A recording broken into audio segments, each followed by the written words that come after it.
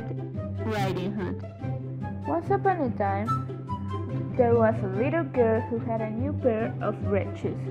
She also had a grandmother who was very fond of her. One day, grandmother made her a pretty red cape with a hood. The little girl liked the matching outfit so much that she wore it everywhere she went. Everybody called her Little Red Riding Hood. One day, Little Red Riding Hood was helping her mother bake cupcakes. They decided it would be nice if she took some to her grandmother who had not been well.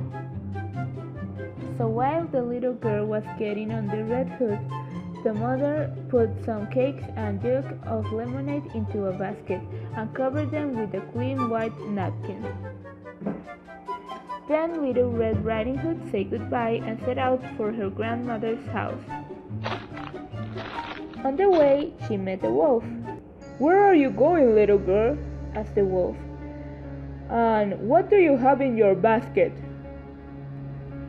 "I am going to my grandmother's," said the Little Red Riding Hood, "to take her some cupcakes and lemonade." "Where does your grandmother live?" asked the wolf. "She lives in the yellow cottage with the white door and 2 maple trees in front," she said. "It's in the other side of the forest." "I see," said the wolf. "It was nice meeting you, my dear." And with that, he left Little Red Riding Hood and turned down another path. The little girl had no way of knowing that the wolf had taken a shortcut. He wanted to reach the grandmother's house ahead of her. When he got there, he knocked on the door. "Who is it?" asked a weak voice from inside the house. "It's your granddaughter. I have brought you some cakes and lemonade," said the wolf. "How nice! Just put the latchstring and come in, dear," said the grandmother. So the wolf opened the cottage door and came in. In a moment, he had showed the grandmother. Then he put into a nightgown and cap, jumped into the bed and pulled out the covers. Little Red Riding Hood, in the meantime, had stopped to pick some of the lovely flowers that grew along the path. When she had a nice bucket, she began walking away and soon came to the little cottage with the maple trees. She knocked on the door, which was not quite closed. "Who is it?" asked a voice from inside. "It is I, Little Red Riding Hood. I have brought you some cakes and lemonade." "Come in, my dear," said the wolf in his sweetest voice. So Little Red Riding Hood entered the cottage. She put her basket on the table and went over to bed. "How are you feeling, grandmother?" she asked. To Little Red Riding Hood, her grandmother looked very strange indeed. "Much better, my dear," said the wolf. "Grandmother, what big eyes you have," said Little Red Riding Hood. "The better to see you with, my dear," was the reply.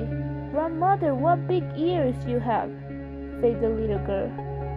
"The better to hear you with, my dear," said the wolf. Little Red Riding Hood was suddenly trembling. "And what big teeth you have," she said in a small voice. "The better to eat you with," said the wolf, and with that he jumped out of the bed. But Little Red Riding Hood was quicker. Before the wolf could catch her, she ran out the door of the cottage. The wolf ran after her. Just then a woodsman who had been working nearby saw what was happening.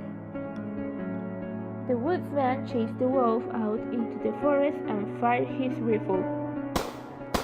Down fell the wolf, and when he hit the ground, something wonderful happened.